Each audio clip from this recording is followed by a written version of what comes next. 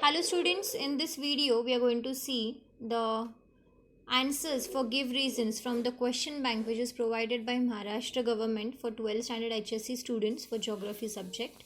So this question bank will help the students of arts and science who has taken geography as a subject. The mode of this answer is in English. So all the give reasons, total I think 32 give reasons we have. So all the answers are here. You can just see the answers and take a screenshot for this if you don't have it. If any query in the answers, you can do comment me in the comment section. Now the first question is, due to migration several problems arise in the city. So what are the problems which arises due to migration? Like there is lot of pressure at the place where there is overcrowdness. If there is overcrowd, the pressure will be on the public services which are provided by government, like electricity, water. Then the slum area will increase, the place will get overcrowded, there will be lot of competition in the case of house, job, school facilities. So all these things are going to increase, and if the slum is going to increase, there will be lack of employment, there will be lack of knowledge. So all this may increase the crime rate also. Then the vehicles are going to increase, then the pollution will increase. So all these things you need to mention in this answer. Next question is, in the rural settlements land use is related to agriculture. Now we all know that in the rural areas the people are not much educated, they don't have that much money, so basically they are engaged in primary activities related to agriculture and other occupations which are related to agriculture.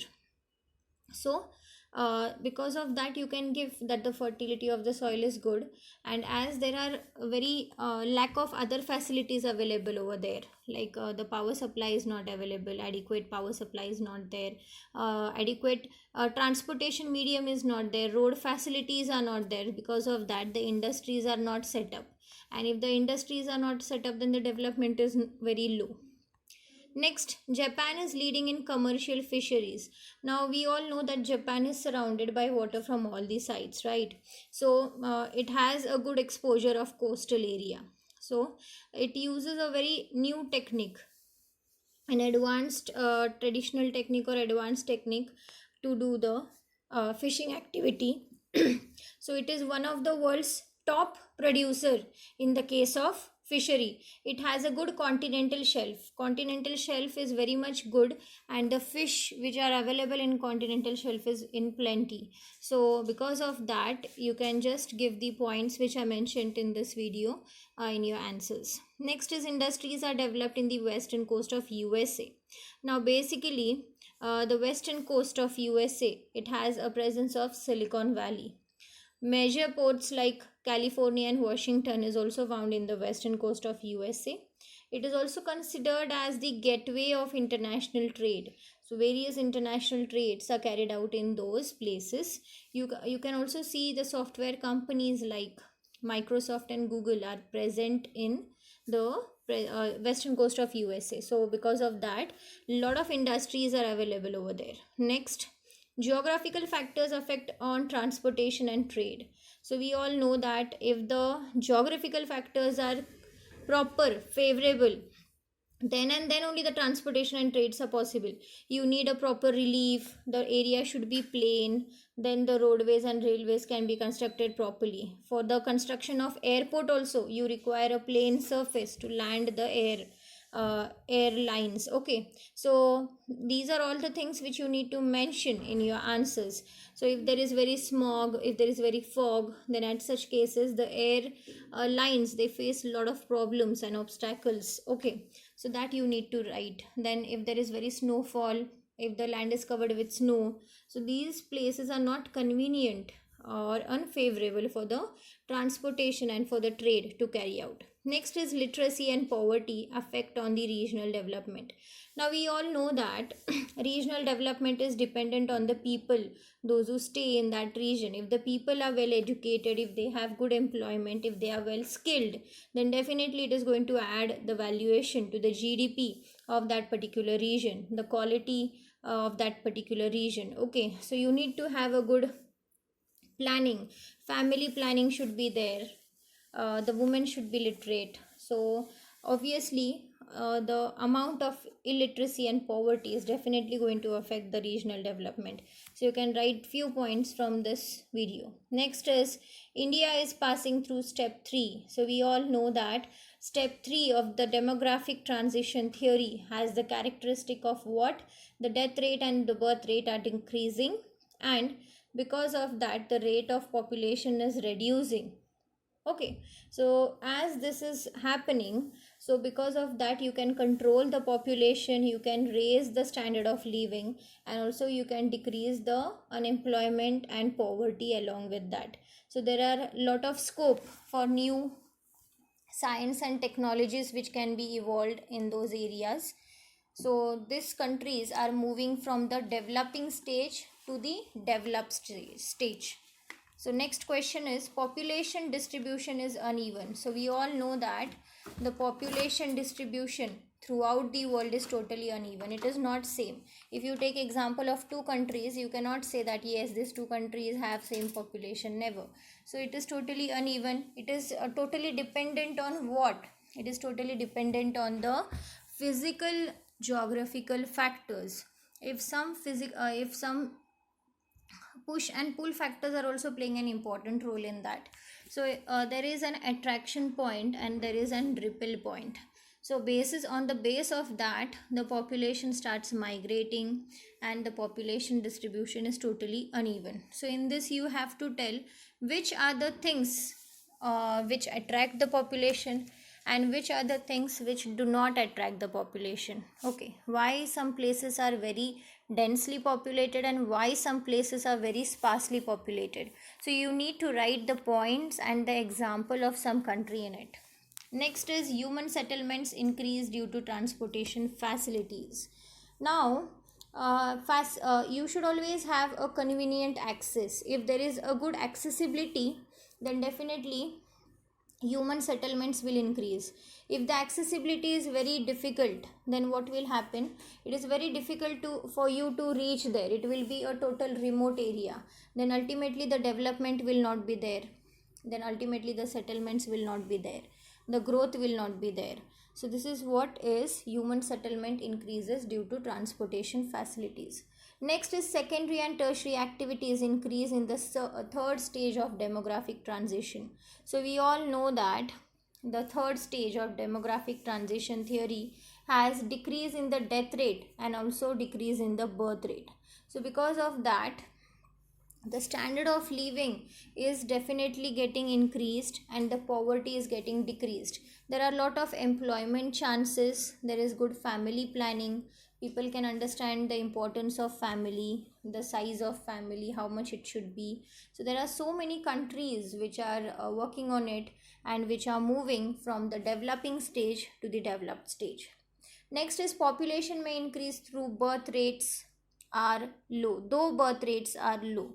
So definitely population growth is positive when the birth rate is higher than the death rate. We all know if the birth rate, the babies taking birth is more than the people dying, definitely the population growth rate is positive.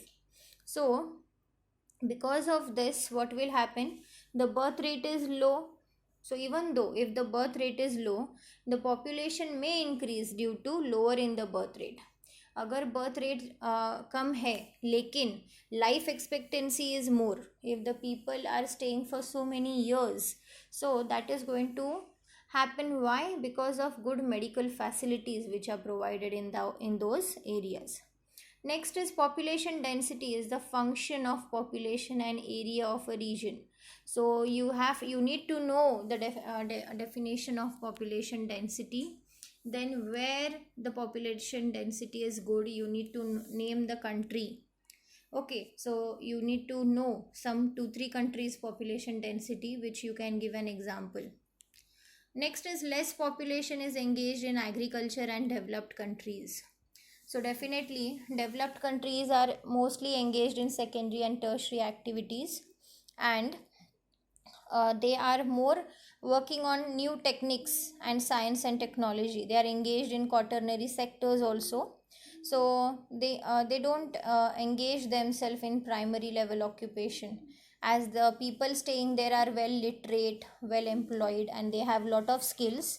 These peoples are mainly engaged in the secondary, tertiary, and quaternary activities. Next is literacy rate of the country is an indicator of its socio-economic development.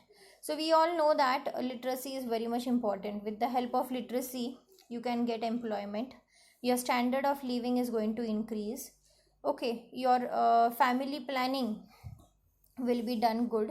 So definitely this is going to play an important role in the case of socio-economic policies. Next is demographic dividend increases when the proportion of working population increases. So now here, what is demographic dividend? Demographic dividend is nothing but it is the ratio between the working and non-working dependent population. So by this you can understand the contribution of the working population in that particular region. So we all know that working population is the only population which is independent. Otherwise, the population of non-working, that is from 0 to 14 and above 60, these are the dependent population. They work as a burden. They are as a burden on the working population. So if in a region the working age is more, then definitely the socio-economic condition of that region will be more, and the demographic dividend will also be increased. Next is migration is not permanent always. So we all know that migrations can be done in the several types, like short-term migration, long-term migration, seasonal migration. Okay, so all these migrations, they are done for some specific purpose. So they are never permanent. It keeps on changing by the convenience of each and every person. So next is not all rural settlements change into urban settlements. So now we all know that in some rural settlements the qualities of land or the soil, the fertility of the soil is good, the water availability is good, the favorable climate is good, which is very much suitable for the agriculture and the occupations related to agriculture. So it doesn't happen like that all the rural areas get converted into urban areas. Okay, they have their own identity, they have their own qualities which they stuck and which they continue. Next is in rural settlements, land use is related to agriculture. So basically the land is classified in the rural sector in the form of wasteland, pastures, cultivable wasteland, fallow land. So these are all the land use which you can see in the case of rural settlements. So in the case of urban settlements, you can see the land is engaged in industries, commercial purpose, institutions, and all those things.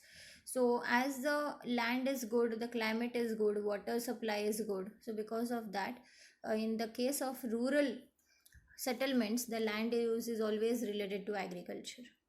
Next is rural urban fringe have the characteristics of both urban and rural settlements. Now we know that rural urban fringe works like a connectivity area which joins the two sectors like urban area and rural area. So rural urban fringe ये बीच में आता है and it has the qualities of both. So उसमें कुछ features गांव के भी होते हैं, कुछ features city के भी होते हैं, ठीक है. It has a mixed features and mixed characteristic. So you cannot say it completely belongs to rural and it completely belongs to urban. Okay, it works like a intermediate or transition between the two areas. And the next one, 20th give reason is growth of urban areas is linked to land use. Now basically urban areas are generally carry out more than one function at a time. So basically lot of cities, then towns, they come under the urban areas. Okay, so what is the land use which you found here? The land use which we find here is the land use like recreational area, settlements in the case of industrialization, commercial, residential. So all these are the different land use. You can also find the transportation mediums are good, the employment chances are good. Okay, so these are all the land use which are linked in the case of urban areas, and ultimately it leads to good growth, good accessibility, which you can see throughout the urban areas. So this is all about 20 give reasons. The remaining give reasons I'll be explaining in the next video. Thank you for watching. Do subscribe the channel.